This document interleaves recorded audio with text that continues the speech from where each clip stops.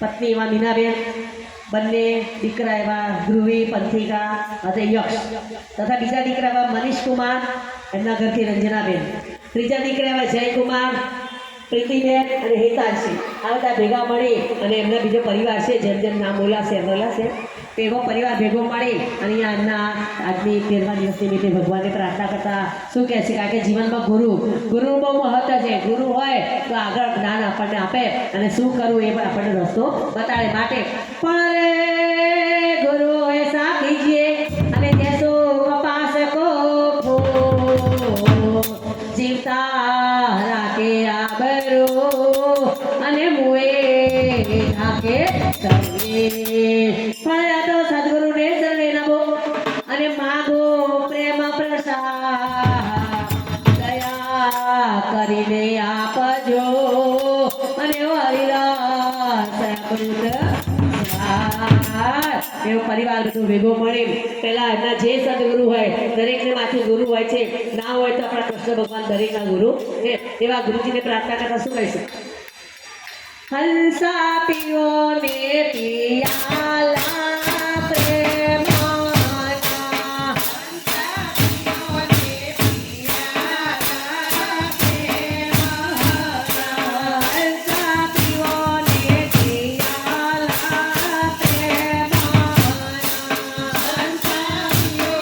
પિયાલા